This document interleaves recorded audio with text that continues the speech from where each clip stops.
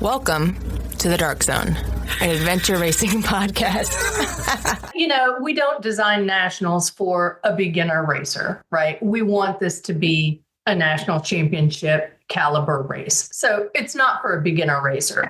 But if you've got a racer who's done, a 24-hour race and they're wondering if they can come down and do nationals, or maybe they put a 24-hour race on their calendar this year and have nationals as their goal race for the year, it's certainly an achievable goal. Well, for me, the action is the juice. I'm in. Say the word, Chef.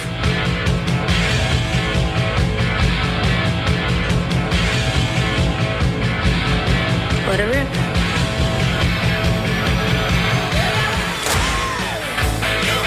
This is Bob Miller, founder of Wilderness Traverse. I'm inviting you to join us in July 2025 for our classic Canadian 30-hour adventure race. We're proud to have been selected as the Adventure Racing World Series North America Championship and are excited to welcome the continent's best teams to compete for the Bob the Beaver Trophy and free entry into the 2026 Adventure Racing World Championships. Just 4 hours north of Toronto, Sudbury offers an epic wilderness experience with forests, rugged trails, and abundant lakes. With the World Champs this September in British Columbia, this is the year to race in Canada. And here's a great bonus for our U.S. neighbors. With the strength of the U.S. dollar, it's great value for an incredible experience. Visit wildernesstraverse.com to register. Imagine a world where young women in Afghanistan and Pakistan rise above societal constraints, embracing their strength and potential. Ascend Athletics is making this vision a reality. Through mountaineering-based leadership training, Ascend empowers girls and women aged 15 to 24 to become courageous leaders in their communities. By conquering physical summits, these young women build self-esteem and develop skills that last a lifetime. Operating since 2015 in Afghanistan, expanded to Pakistan in 2023, Ascend focuses on regions where gender inequality is most pronounced, providing tools for girls and women to lead empowered lives. Join the Dark Zone in supporting these brave young women as they climb towards a brighter future. Visit ascendathletics.org to learn more about and contribute to this transformative mission. And remember, Ascend pays nothing for the spot. We love the work that they do, and the Dark Zone is happy to support it. Welcome to the Dark Zone Adventure Racing Podcast. This is your host, Brian Gatens. All right, fans, I'm not going to lie. I'm excited for this episode. I love the topic. I love the people we have on here. Adventure racing for me is about enthusiasm and excitement and talking about racing and what's going on. And in my humble opinion, I think the biggest race of the year is always the USARA National Championship for a few reasons. It's the national championship, but also the team behind it does a great job and a great experience for the racer. So we've assembled a crack panel. 3 people here today, folks. 3 people. So listen up. 3 people on the show today to talk about it. We have Michael Garrison, USARA Executive Director, Stephanie Ross, Nationals Coordinator, and Brannon Pack, who is the Director of Operations for the Ozark Foundation, because Nationals is going to Bentonville, Arkansas. Garrison, going to you first. Details, dates, distance, all of that. Take it away. Details. Not unexpected that a frequent racer would ask for details first. Where is my schematic? Sorry. Keep going. I'm sorry. What's that? Where's my schematic? No, go ahead. Yeah. We'll get you that, but you're going to have to wait a little bit. Yeah, no, we're really excited to be going to Bentonville, Arkansas this year. I had a conversation, I think a year and a half ago with Brannon. It was after, I think, the first Ozark. Had a really good discussion about kind of the vibe in the area and the enthusiasm that the Ozark Foundation has for doing stuff like this. He asked specifically what he can do to create an adventure racing community down there, which was really cool to hear. We talked about everything from doing some shorter races, them being interested in doing that, regional qualifiers, hosting one of those, on ultimately nationals. And so, yeah, we had the conversations. A lot of people heard us talk about going out west for the 2025 nationals. That was the original intent, with Worlds, though, being also out west, up in Canada. We kind of pulled a little bit of an audible, got Brannon on the phone and said, hey, what do you think about doing it earlier than we had originally discussed? and he was on board. And so, yeah, we're lined up for September 12th and 13th, based out of Bentonville, Arkansas in 2025 for the USARA National Championship. And how long is the race? As usual, it'll be 30-hour course. Exact distances TBD, obviously, but people know it's somewhere 90 to 130 miles. It all depends on how fast the course moves. But people should expect to see what they've seen in the past, a small number of teams being able to clear the entire course by getting every single checkpoint on the course. But we're very mindful of the breadth of skill and experience levels that we have across the different teams. Depending on the location, it's a different kind of challenge on building a course that the less experienced teams can really have a good time doing and experience that accomplishment, that sense of accomplishment, while still challenging the top teams. And we're pretty excited about this year's course and the area, because we feel like we can do a really good job of giving a challenge for those teams that may be all the way to first time 24-hour, 30-hour race, up to the experienced teams that have been doing this for literally decades. Great. Thank you very much. Stephanie, you're on a call. You're our Nationals coordinator. You've been deeply involved in Nationals planning, logistics, things like that. From your vantage, your perspective, talk about Nationals down in Bentonville. So I guess the first thing I want to mention is, we're cognizant, of course, that Expedition Ozark has been down in the vicinity a couple of years. And so for those racers who raced Expedition Ozark and are concerned about going back to the same general area, or the folks who didn't race Expedition Ozark and are concerned that they're going to be somehow disadvantaged as to teams who did do that there's going to be some competitive advantage. I want to sort of provide them reassurance that, we're keeping a close eye on what the maps look like there. And our goal is not to, replow old ground. So if you came and did Expedition Ozark, be assured you're going to be seeing things that are newer and different. The vast majority of the course will not be terrain that was already covered in Expedition Ozark. So people are going to see things that are new and different, both for competitive integrity of the race and also just to, make sure that people get a new experience. They're seeing different things. So we're excited about that, to be able to bring everybody to an area that's really made for adventure and show them something new and different.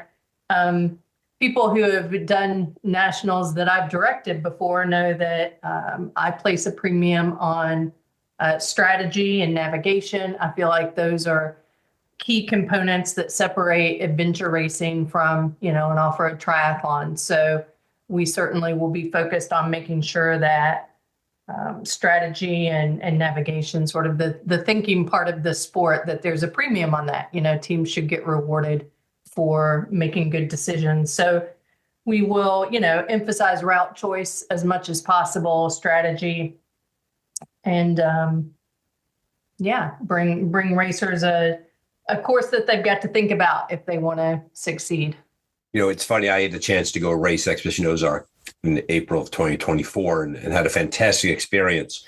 And I have to smile to myself that anybody who thinks that bringing a 30-hour race for that region would somehow tread, to your point, replow old ground, a fertile adventure area, right? And the amount of terrain and challenge that's out there. So I just want to join my voice with yours and saying that, like, there should be no hesitancy around it being a location for a 5-day race and then being the national championships. There's a lot of great ground to cover down there, which is one reason why I'm so excited to have a chance to get to go back down and cover from a media perspective, just because it's such a beautiful area to cover and so many great people down there. And we have someone with us on the show today who's intimately involved with the area.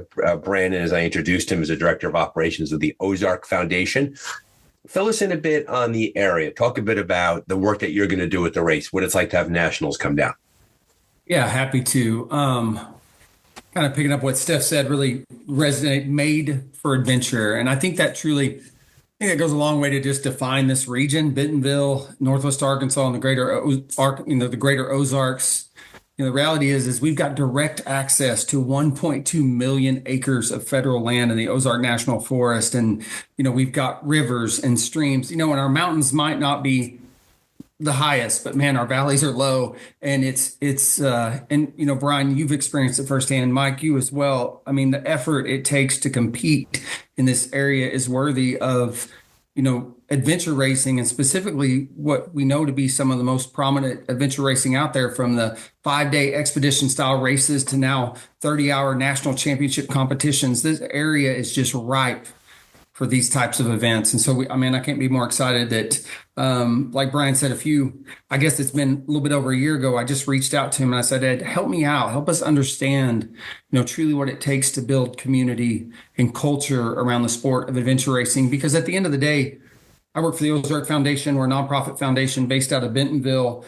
And that's what we're about. We're about removing barriers to access to the outdoors. And outdoor recreation. And I can't think of a better style of competition than adventure racing to truly showcase all of the outdoor recreation available in Bentonville, Northwest Arkansas, and Arkansas.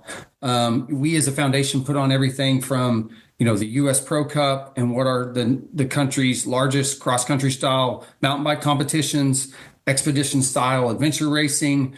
We do a multi-day Arkansas Graveler, and we support people's efforts to ride across Arkansas on gravel roads in the style of Ragbri. We own and operate the Arkansas Enduro Series. We kind of own that gravity mountain bike space in the state. And we're also in the kids space. The Oz Kids is a space that we love to play in, and one I'm excited to start to blend the sport of adventure racing into. We started with fat tire style criterium racing for ages 2 to 10. And I'm going to tell you, the future of that series is going to include adventure racing in the near future. I just had an interview we did with International Adventure Race Association. They talked about how building the youth across the spectrum of adventure racing is a goal of theirs, and how they're working on supporting those race directors. Steph, go ahead. Something you want to share there?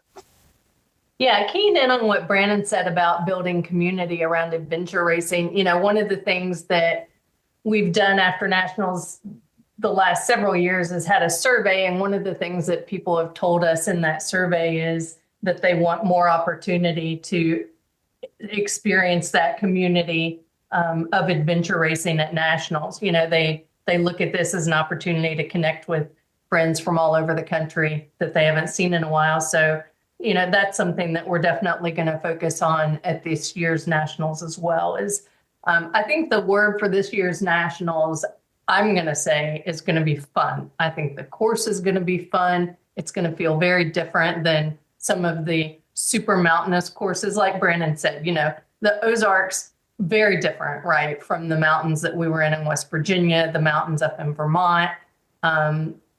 Doesn't mean there's not going to be a lot of climbing. It's going to feel a lot hillier than we give it credit for. But I think it's just going to be fun. It's not going to be as, I think, that grueling, gut wrenching sort of climb that people had back up to Snowshoe last year. So I think the course is going to be super fun, and we're really going to work hard to make sure that the event is fun. So beyond the course itself, we're going to have a banquet, make sure that people have plenty of opportunity to connect with other people in the community and their friends, and, just really encourage people to come down and come early and stay late, as we've said.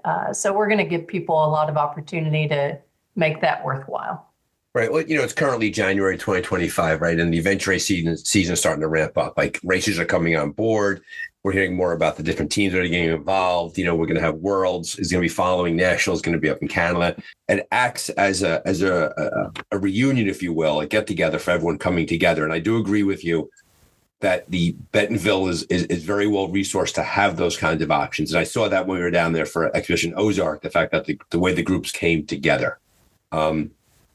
Garrison, coming back over to you, adventure racers, when they give feedback on the Dark Zone, always want details. They want to hear about courses as much as you could disclose and what we could squeeze out of you on the show to get ready for training wise. Course design, who's helped putting it together? Who's the planning? I know it's early. It's only January. The race is 9 months away. A lot of things are still happening. But what can you share so far for the listener? Yeah, we started that process, honestly, back last September in some early conversations with Brannon. Historically, for 25-ish years, when USARA partners with a host, it's a race director, and that race director is expected to do the course design and then help with, if not do all of the coordination with local entities like lodging and stuff like that. And then USARA steps in the administrative piece and support throughout up and through race weekend. And one of the things we talked early on with Brannon is what Ozark's experience level is and where their wheelhouse is versus kind of what USARA can bring. And so this year, USARA is taking on the course design piece. So specifically, legs, how long, et cetera, that kind of thing, just because we've got the combined experience, a lot of years of combined experience in putting together, a 30-hour or seeing someone put together a 30-hour course for a national championship. So if we can take that part on, then Ozark can step in everywhere else. So it's a different balance than we've done in the past, but we think it's going to work really well for this year. So the process started with sitting with Brannon and, basically some maps on a computer and said, hey, show us what you like. Like, where can we go? What looks cool? What do you recommend? What's out there? Went through everything, looked at all the areas. Like you said, I think the number was 1.2 million acres. There's a lot of space to use. And then with that, we started talking more specifically about kind of some flow things we wanted. And then obviously, you don't say Bentonville without people thinking mountain biking. So the biking in general is going to be kind of the crown jewel of this year's race, I would say. It's safe to say. So figuring out how to work that into the course as well. And like Steph said, you don't have a 2,000 foot, 3,000 foot climb in one spot. So it's not going to have that kind of grueling nature to it. I think maybe a simple word, but I think fun works really well for describing what this year's going to be. I think there's going to be some really fast sections. I think the top teams are going to be going at a pretty quick speed. And so then it makes it fun for us to design the thinking part. So if there's a spot where you can go fast, doesn't always behoove you to go super fast if you're not thinking carefully about where you're going. That's kind of where we got to it this year. And Steph kind of roughed out, a course design. We went over it with Brannon and got some input there, and we're kind of off to the races in that sense. So Brandon, when we know that Bentonville is a destination location for a lot of adventure, and folks may want to come down and spend several days there. Talk to us a bit about logistics, getting into Bentonville, the hotel infrastructure, what's in the area. Like if mom is out racing, what can dad and the kids do during the race? Love that. Yeah. And I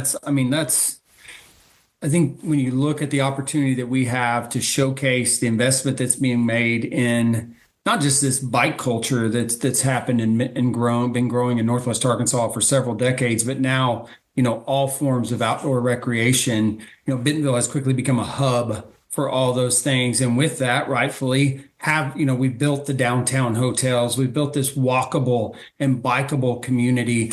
We now have a national airport. We haven't always had that, but in the last few years, XNA has grown into a national airport. I think there's 23 direct flights now from major metros across the country.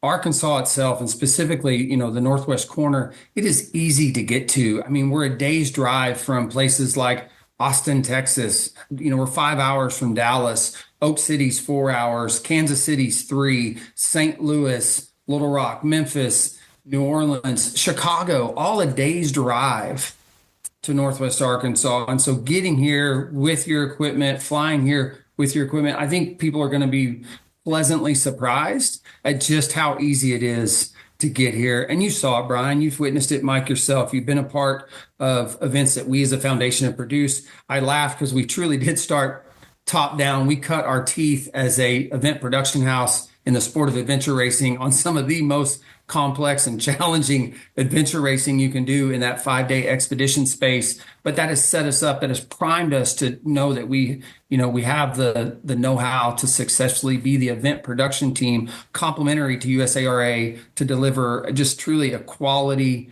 experience that puts the participant first. Stephanie, you mentioned before some feedback you got from previous editions of Nationals. What was some of that feedback that you received, and how are you applying it to the next edition?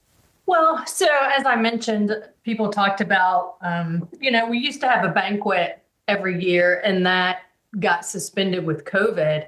And we got great feedback with how the post-award ceremony went that year. And so we've sort of continued that model the last few years, but the last couple of years, and particularly when we've been in colder climates, it's a little harder with that outdoor space for people to want to hang around and connect. I don't think that's going to be an issue in Bentonville in September, but that's something that people have mentioned, that they want an opportunity to, a place where they can go and be comfortable and spend some time hanging out. So that's one thing we're definitely going to have this year.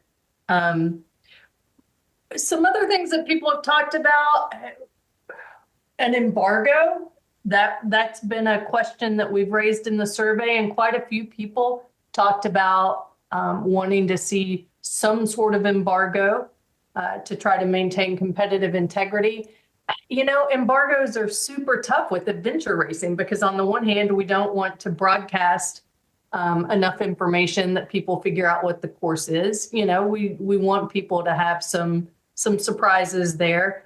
So it's hard with adventure racing since our courses tend to be, more secret before the race start. It's hard to figure out how to do an embargo. And also we want people to come early and spend some time in the area. Bentonville's a great city and we want people to be able to come enjoy that. So there will be an embargo of some kind in at least the last 2 weeks before the race. Exactly how we configure that remains to be seen, but that's something we've heard. It was a pretty strong consensus that some kind of embargo, at least those last couple of weeks, once course setting has begun. Do me a favor, Stephanie, on that point. For the newer racer, what do you mean by embargo? Yeah, so an embargo means that racers are prohibited from going into a certain area. It's very common with orienteering events, for instance. Once a championship has been announced at a given park, that park will be embargoed then. So people can no longer go there to try to train in advance and get to know the area. A lot easier with an orienteering event, which is a single map in a much smaller space. That the entire event is going to take place on that map. Whereas with an adventure race, we're not going to disclose where the event takes place. So it's a little harder to figure out how to structure an embargo so that people can still come down and enjoy some of the best that the city has to offer and the area has to offer without signaling to them where the race is going to be. But we've heard that, and I agree that, an embargo of some kind is appropriate. So we're going to talk about that and figure out how that's going to look, but that's some of the feedback we've gotten. And so Brannon has popped a note here in the chat. Yeah, I will reveal, I guess Garrison's going to leave it to me to reveal one little tidbit of information that you're all going to be happy to know. We will tell you that it's going to be a point-to-point course. So we're going to be that makes it time out. So that makes the real challenging because it's such a huge 1.2 million acres. I think, Brandon, I think you said before. So they're getting on a bus and they're going somewhere, and who knows how long that somewhere is going to be. That's right. Yeah. So if you want to come to explore, well, good luck. Feel free to do all the embargo busting you want to go do. The idea of having that race confidentiality, Stephanie, really is important because, on one hand, we want fun. We like fun. But on the other hand, this is the national championship and people take it seriously. And sometimes emotions are high, feelings are high. Like people spend a lot of their time, their capital, their resources doing this. And so there's that balance between that. So you mentioned the idea of having an embargo. Go ahead, Steph. Yeah, I was just going to say, you talk about a course schematic. That's another thing that we've gotten a lot of feedback in the survey that we've sent out from people about. They want a course schematic. Some people want more information. Some people want less information. A lot of different opinions on what that looks like. But certainly there will be a course schematic. And like the embargo, it's sort of trying to weigh those competing opinions because you can imagine there are opinions all across the board on what those should look like. But those are all things that we read. We take the survey super seriously. So I encourage people, if you go to a race, nationals or otherwise, and you receive a post-race survey, respond to it. We've taken the time to put that out there because we want to know the good, the bad, and the ugly so that we can make the event better and give people the product that they want. I'll put a quick plug in here for the Dark Zone website, ardarkzone.com. Their up right-hand corner, race schematic gallery, because I think it's like artwork. And so if you go on there, there's race schematics from races all over the world. Fun to go check out how different race directors reveal the courses in different ways. And to your point, Stephanie, there's a wide variety of things. Some people want to show up and know nothing. Hand me a map on the bus on the way to the start, and I'll see you later. And some folks, they're information hungry, and their adrenaline enthusiasm pushes that out there for them. Garrison. Yeah, and on that note, like in the past, there's been nationals with no course schematics. Our first year involved with USARA was 2021, and we had a really unique start to the race. It was a modified cloverleaf start that everybody, myself included, the first time we had it explained to us, we were scratching our head going, wait, what? And so we don't want teams to have comprehension of the course or preparation for the race to be what causes them to perform poorly. So if we've got a course laid out that you can kind of just show up with your gear and go and race, you may not get one, right? But if there's any element of like, well, you need to know kind of how to plan somewhat, then we're going to give you essentially kind of as little information as we can, just so that preparation piece doesn't cause anxiety or lead to, an effect on the competition. It never fails. Teams are going to want to know more and more and more. I get that. I understand that. Just know that we're going to give you what we feel like you need to know, which probably will not align completely with what you want to know. Right. If you really want to know the entire course, go run a marathon.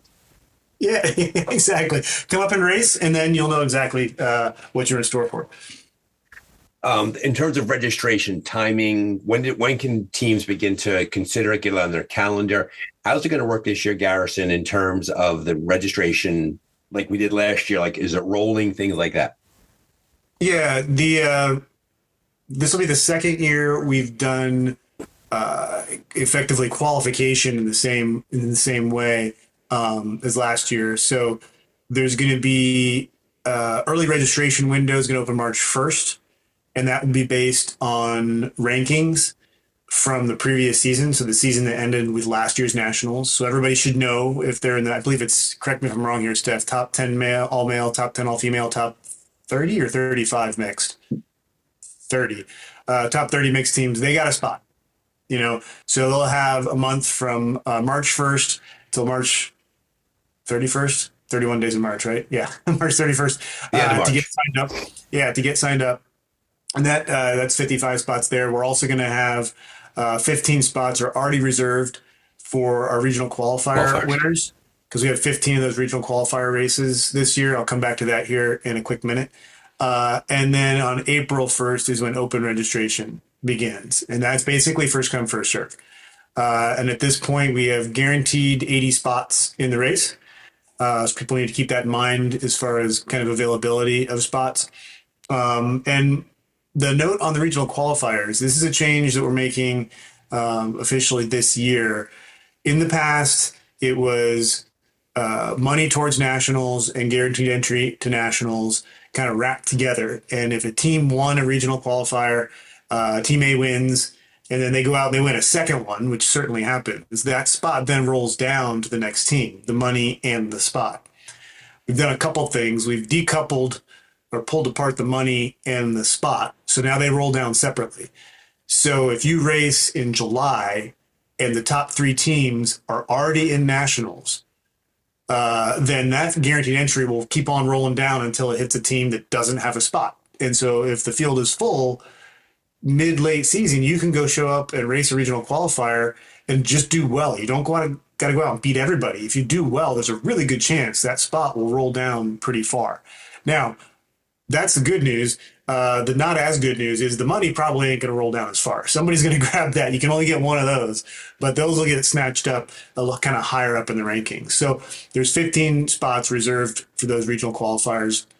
And then we always hold on to a couple kind of for discretionary use by USARA and the Ozark Foundation. So yeah, that's how it's breaking down this year. The 2 big dates, just to reiterate, March 1 for the teams that will have their spot basically reserved already through the rankings from last season, and then April 1 for open registration. Stephanie, coming back to you real quickly, Very often when you hear about a national championship, people will reflectively think it applies to a race that is only for the elite of the sport, right? The very, very top of the food chain, and they duke it out. USARA and the culture of adventure racing is we like the idea of all comers, recognizing only 80 spots, right, Garrison? And then once that closes out, that closes out. Steph, spend a minute talking about the challenge that is found for the racer who does not living at the top of the sport, but rather wants to give the nationals a good go. What should they think if they're home right now and the nationals is on the horizon? Should they come down and give it a try? Yeah, we don't design nationals for a beginner racer, right? We want this to be a national championship caliber race. So it's not for a beginner racer. But if you've got a racer who's done, a 24-hour race and they're wondering if they can come down and do nationals, or maybe they put a 24-hour race on their calendar this year and have nationals as their goal race for the year, it's certainly an achievable goal. We recognize that we've got a wide range of teams that come to nationals, and that historically have, even if we build nationals as the toughest, hardest race in the U.S., we're still going to get teams who come to nationals who are not podium teams, right? So we recognize that, and we're definitely going to have, flexibility built into the course to ensure that most teams are able to finish. You've always got some teams who show up and they've bitten off a little more than they can chew, and that's okay. We can make sure that they're safe and cozy at the finish line. But we want the majority of teams to be able to finish. They're not going to clear the course, right? We've got a small elite group that are going to come out and clear the course, but we want the majority of people to experience all the disciplines and be able to finish, a minimum distance in order to come in. So it'll be a flexible course design for that reason, to ensure that everybody goes out and gets as much of a challenge as they're ready to tackle. Yeah, and I remember too, I had the chance to be there in West Virginia last year. What was nice about it was that the crowd cheered as loudly for the first team as they cheered the team that came in towards the back. Right, they were there for them, and that's the nice part of it. The sport is that it's built around speed, it's built around technical capacity, but everybody realizes that an adventure race for anyone who does it is a challenge. And therefore, everybody should get the cheers and get the accolades at the very end. And I think you're right about that. That being said, it is a national championship, and therefore it's going to be a burly course. And some teams, sometimes more than they could choose a good way of saying it. And I've been that team in other races too. But everybody gets into the finish line with one piece. Brannon, you've now been involved in a couple iterations of adventure racing down in Bentonville. And knowing the adventure racer, and then knowing the terrain and the type of area that it is, weather in September, things like that. Off the top of your head, what would you describe as, from a training perspective, what would you encourage prospective racers to be focusing on to get ready for a race down in Bentonville? Yeah, that's a great question. I love that. Weather is obviously always it's the one thing we can't guarantee. Maybe it won't snow. Maybe that's about the only thing I can guarantee for September. It can be pleasantly cool. It can be uncomfortably warm. September is kind of this transitional time for the region from a temperature perspective.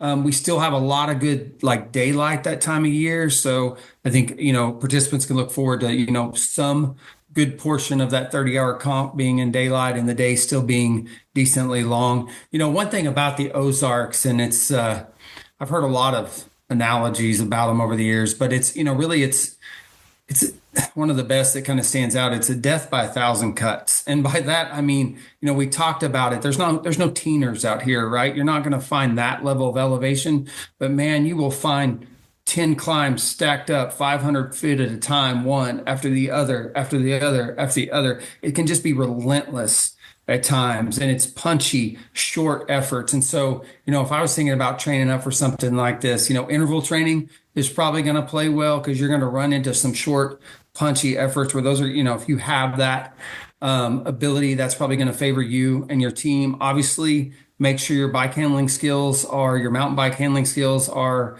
up to par. The region, Bentonville, and, really the Arkansas as a whole, just from Bentonville alone, you've got direct access to 200 miles of purpose-built mountain bike trail. What we collectively call Oz Trails is pushing 500 miles in Northwest Arkansas. And so like Mike said, obviously there's an opportunity here to showcase that investment that's been made in mountain bike. And I would expect that to be a portion of this competition. So I would definitely hone up those bike handling skills on your way to Arkansas. Yeah, I think that's been broadcast loud and clear. And that's a state secret that if anybody who thinks it's going to be light on the mountain bike is kidding themselves. I mean, it is an area that is just built for that. And Garrison, you raced down there. The idea of there not being hills is crazy. I mean, I did more climbing down there during Ozark than I did some other races up in the Northeast. Yeah, I did Expedition Ozark in 24. I've been down there mountain biking just recreationally 3 or 4 times. I don't know. And yeah, you ride, you don't see quote unquote mountains, but you put in a 40-mile day and you look at your elevation gain and it's like, holy crap. Like, and it's a lot of, like you said, it's very punchy. And so I hadn't actually thought about this. Interval training would play really well down there because the few times I've tried to ride a trail quickly, that's exactly what it is. You're going all out, you red line, and then you got to recover, before you do your next little thing. Not everybody's going to race like that. I don't want to scare off people that don't want to go that intense into their training. But yeah, if you want to go fast throughout the course, either on foot or on bike, that's kind of how it plays. No, that's a race. Good, yeah. Brannon.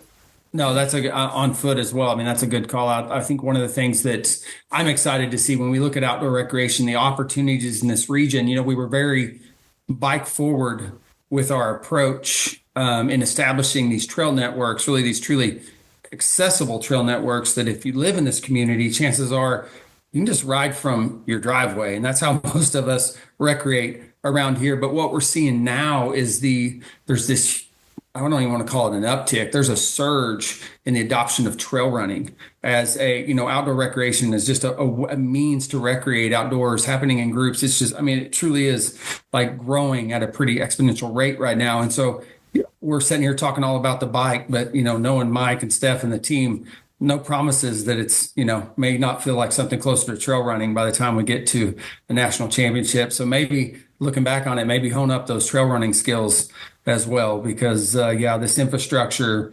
favors, both. So check mark on mountain biking, interval training, navigation, take care of your feet. I'm assuming there'll be some sort of water-based thing there too, right? So get your paddling down. Okay, I'm getting a list here for myself for the listener who's wondering about that. It sounds like it's all been covered in terms of what the race will look like. I'll just say this one last thing about navigation down there. In the race that we did, the checkpoint clue was river, right? River. The next checkpoint clue was fire tower. So when you see river and fire tower, you're going straight up, and we went straight up after that one. And it was a fantastic experience and a great race down there. So Garrison, as we look at the person who wants to come down and race, and you want them to have a good experience down there, aside from the race itself, what do you recommend to the racer who wants to come down the Nationals? Yeah, so on the logistics side, obviously the area has a ton to offer. If you come down with family, come down early, stay late. And then on the adventure racing, the logistics side, one of the awesome things about adventure racing is, and we touched on a little bit before, is a sense of community. And one of the ways that sense of community manifests itself is when not everybody, but when a bunch of people forget stuff. And then they can always find the stuff they forget by asking around and talking to their teammates. But if you want to reduce the stress, and I've only just started doing this, granted, I've only been racing since 2002, but, make your list early, check your list early. The little tidbits specific to the area, there's a decent amount of rock in Arkansas, and not to go down the path of bike specifications for adventure racing, but we typically don't specify the cross frame versus gravel frame versus mountain frame, full suspension, all that, but we'll specify tire diameter, or not diameter, but width. This is a race you want mountain biking tires. and you want to be ready for that rocks that can sometimes be a little bit sharp. I've cut 2 sidewalls in 4 trips to Arkansas. And it's just a factor of if you ride enough miles on enough trails, you're going to figure out a way to get into your tires. So, being prepared for that, which isn't something you'd think about carrying a boot or other things to repair the tire. But yeah, make your list, check it twice, be the one that helps somebody else out with forgotten gear. It takes the stress off. It makes the whole experience a lot more enjoyable. And be ready for the Arkansas Rock too. And of course, every time you turn around, you bump into a bike shop down there also. That is true. You're not going to have, no problems getting bike parts. That's for darn sure. Steffi, the media plan. Okay, I'm sorry, Steph. You want to go for it. Go ahead, Steph. No, yeah, I was going to say, I will save you, because if you don't ask me this question, you're going to hear protests from anyone who ever did nationals that I directed. They're going to want to know, is there going to be a chuck wagon? And the answer is absolutely. So for the newer racer, the newer listener, what is the chuck wagon? The chuck wagon is the TA with all the food. We when I directed nationals back in 2011, we were in partnership with Kentucky State Parks, and we told them that, it might be a nice thing for racers if we had a little bit of food at one of the TAs or something. And the next thing you know, they show up and they've got the chef from the restaurant at the State Resort Park comes out. He's got this enormous grill. He's grilling cheeseburgers and chicken sandwiches, and they've got a display of chips and Gatorades and all of this stuff. And they had it set up so that if you wanted a burger or anything and you were staying at the state park, you would give them your room number. And that's how you paid for your burger at the Chuck Wagon. So it got the name Chuck Wagon because he showed up and he looked like the guy on the back of the wagon with his big grill out there. So that it sounds like Brannon has to make a phone call or two now after hearing that story. It became my signature as an RD, the Chuck Wagon. No, that plays right into what we as a foundation, just some of our core values we've established early is like we are big into hospitality. I mean, a lot of what we do is built around participant experience, obviously safety first, but participant experience is something we hold in high regard. And you guys have experienced it firsthand at Expedition Ozark and, all the other events we produce. And so given the opportunity to elevate participant experience, I'm going to tell you, that's where this foundation shines. So challenge accepted. Yeah, you can expect a very hospitable experience. And, we're big on pageantry. Brian, you've experienced it. Mike, you've crossed our finish lines. I can guarantee participants are going to be blown away that with the investment our foundation is willing to make in your start to finish experience at this year's national championship. Now, not everybody can make it down to nationals, and therefore the media imprint means a lot to the race, right? The race tracking, the on-course commentary, still putting those plans together. But from a media perspective, what can the racer expect the people at home to experience? Yeah, we did over the last 3 years, we've tried a lot of different things, right? Like people have seen the race presented media-wise, online in a number of different ways. We've tried to focus on broadcasting, if you will, the event. During the event on social media, we've tried to focus on the racers. And last year, and Brian, you're part of the team. You can talk about the back end probably even better than we can. We had Doug Silk and Jeff O'Connor, kind of the hub for our broadcast, if you will. And it was an actual broadcast, live stream. So we had all the typical tracking that we do with Adventure Enablers, enabled tracking. And then we had some pre-planned episodes, if you will, and it was a calendar, or I should say a schedule was available on the website, and you could see when we would be on. And we had, we talked ahead of time, like we'll talk about this, that, and the other, but there's nothing like doing it. Right. And then everybody's notes, and we actually, and Brian, you were there for this too. We had a debrief after nationals, like, okay, what are we doing next year? Figuring out how to fine tune and reconfigure. And so, yeah, we're going to be doing the same thing. We're exactly how it looks and timing, obviously, have to figure out like when we're going to have episodes on and stuff like that. But we'll have some folks at a central location that will do everything from talk to local folks from the area, volunteers with the race, racers as they finish the race, and then breaking down the tracking and kind of providing some extra input and perspective, especially for folks that aren't as familiar with the quote unquote dot watching, which for those that aren't familiar is quite literally watching the dots on a screen and trying to figure out what's going on out there. So we'll be doing all of that. And it's a single thing that we've done in the last 4 years that kind of resonated the best, I would say, with the audience. And the story that I've told, which was pretty hilarious, before the night was even over, when last year's race finished, we had gotten an email to the USARA info @ email address. And I was standing there next to Jeff. I'm reading the email to myself.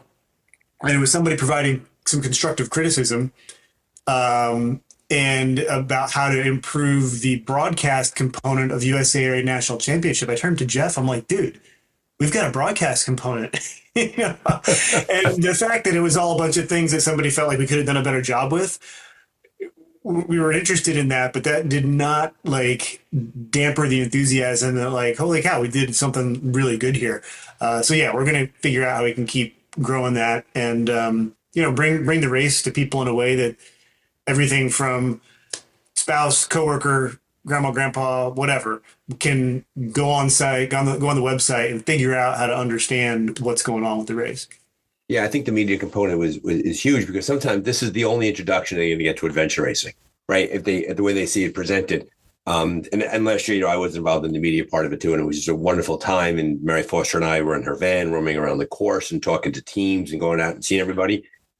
Really, really nice experience last year, and I have no doubt that USARA will meet and exceed that from last year. And I remember the story about being a broadcast and everyone kind of like being so excited that someone actually had something they thought they could criticize. It was great. Like, look at us. We're real. Is there anything that I have not covered in advance of nationals that you want our audience to know about?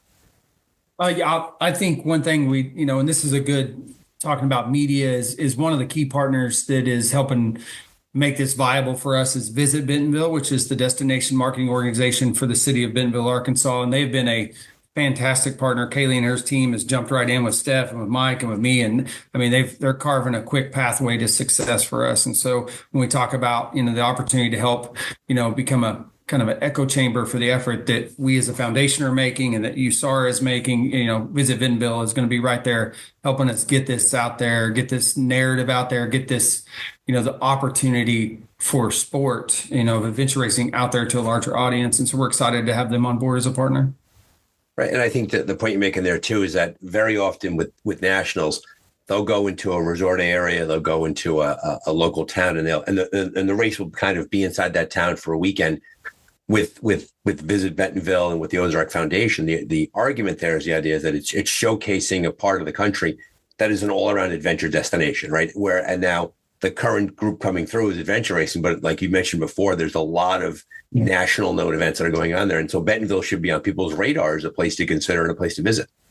And this is just another opportunity for us to engage with, at a lot of times, at least when adventure racing, a new demographic of folks, participating in outdoor recreation. And so we're excited to continue to explore this space. Obviously, we're doing it in a meaningful way. Here we are, we're about 3 years in, and we're talking about a national championship. So we couldn't be more excited.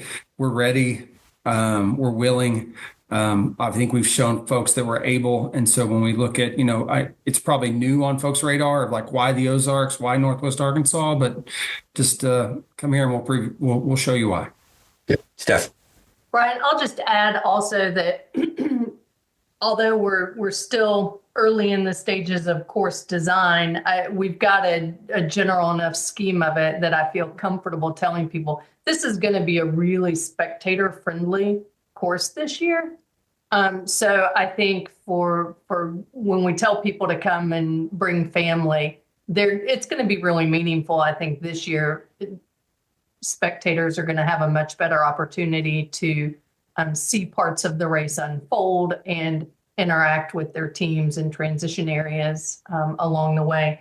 And there's so much family friendly in Bentonville. So, I think bringing friends and family is going to be really meaningful, and they'll have a great time this year and get to experience more of the race. Yeah, I know we say, come early, stay late. I mean, then we say that with every event, right? I mean, at times we do, but when we're talking about family friendly, we're talking about things like, man, the investment in art that's been made in Bentonville and Northwest Arkansas, Crystal Bridges, you have the Amazium, which is, a science center for kids. There's just, again, if you're coming down here and your spouse doesn't race, or you've got some young kids, I'll stay a little bit late, make a vacation out of it, bridge this national championship with an experience for you and your family, because there is no shortage of family-friendly opportunities waiting for you in Bentonville, Arkansas. I think a good thing for people to look for is the former pro bike racer, now gravel racer, Ted King. A lot of his YouTube videos are set down in Bentonville. If you look at that, his videos really capture a sense of the area and the community, and not bad beta for the racer too, by the way. You get a real sense of what it's like down there from a bike perspective. So as we move towards the end of this conversation, I think we're going to have another conversation in advance that we're going to have more details are out there. We'll talk about the medium more and about the logistics as the course comes to light. But for January of 2025, is there anything left that you want to share with the general world when it comes to nationals in Bentonville in September 2025? I think we've hit on all the main points, the things we want to talk about, like you said, in January. So don't add us, as they say, for a course schematic or more course details. That will be forthcoming, like you said, in another communication, maybe another episode with you later in the year. But yeah, I think, Steph said it really well. An inexperienced team in 24-hour racing, it's going to be a tough experience for them. They're not going to do the whole course, right? They're still welcome to come give it a try, because sometimes that's one way to learn the sport is you jump in with both feet, you get roughed up a little bit, then you walk away knowing what to expect next time. But yeah, this year's course, we're going to be able to do a pretty good job of having what we call, or a good experience across the board. So in other words, you don't get stuck in one discipline for a super long time, or kind of miss out on something really significant because you did something slower early on. Obviously, you can always go slow enough to miss stuff, but this particular area and the way the course is laying out, we're in pretty good shape that the slower teams can be confident that, like, hey, I'm going to have a really good time at this race, and I'm going to feel like I did a full, complete adventure race. Doesn't matter how much more distance the top teams or the winning team covered. I think Stephanie, I'll just paraphrase you a second here, but I know that any race that you're involved in, there's definitely the opportunity for full involvement to a team's capacity, right? And they really sort of decide for themselves how much of the course they have access to, and they still have a good experience along the way.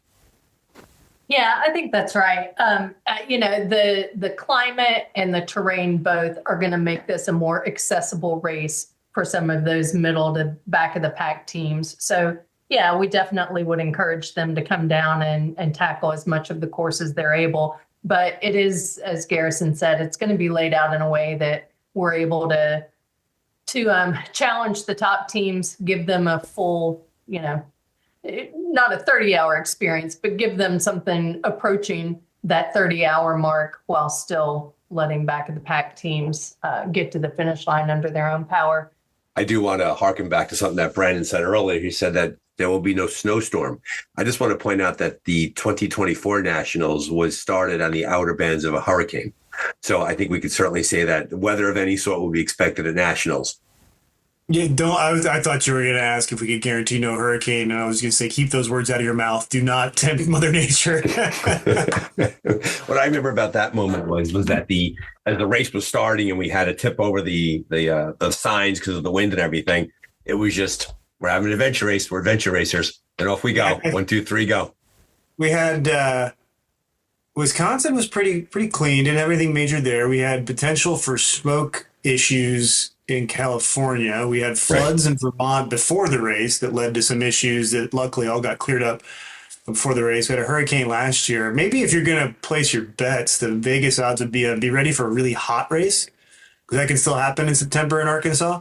It'll be warm for sure, but I don't think it's too late. Brannon can confirm this. I don't think it's too late in the year to get a real real scorcher of a weekend. No, that's a good point. I think when we talk about what to be prepared for, acclimating, heat acclimation is something that, if you live in a climate where, you typically don't have access to some hot days to put yourself in, then maybe find a place you can, because there is, it can be September can be prettiest days of the year around here. But like Mike said, we can also get some scorchers. And so just be prepared for both. And one way you can do that is just to make sure that to some degree you are heat acclimated before you head to the Ozarks. It can get a little humid around here. A lot of that tends to burn off by August, but still we could have some humid days into September. And so that humidity catches folks off guard as well. So just being prepared for a hot day of racing would probably favor most. The good news there too is that by September, most teams have been racing through the summer. So they'll be used to that. So if it was a hot race in May, we'd have a problem, right? The hot race in September is good. Yes, Steph. I thought of what it was that I blanked on, of all things. I just wanted to mention that Women of AR is committed again to sponsoring the first 10 all-women teams who race. Will get a $300 scholarship, the first 10 who register. And we'll have again that the top women's team at nationals will be invited to race as the official Women of AR race team for next year with a stipend and the free race credits. And just wanted to give a shout out to all of those amazing race organizations that have stepped up and donated free race credits to that program, because I think that certainly accounts for why we had such a huge and ridiculously competitive, strong field of women's teams last year. And hopefully we'll see that again this year. I think that was the most competitive field to watch during last year's race. How strong those teams were doing, how fast they were moving. And it was very funny too, because later on I was chatting with one of the teams that was doing well, and everybody was avoiding them in the TA because they were doing so no one wanted to jinx them, and they thought that they were actually kind of in trouble. Like, why is no one talking to us? It was almost like a pitcher throwing a no-hitter. You ignore him in the dugout. And after the race, she was kind of like, I thought maybe something was wrong with us because no one was talking to us. No, because we wanted you to get out of the TA because you were doing so well and keep racing. And so the Women of AR are well represented. All right, folks, listen, you have an hour of your time. We appreciate it. For the listeners out there, pay attention to the websites, everything in the show notes. The big dates to remember is going to be March 1st. Teams that have early access via their rankings will have a chance to sign up. April 1st is open registration for everybody.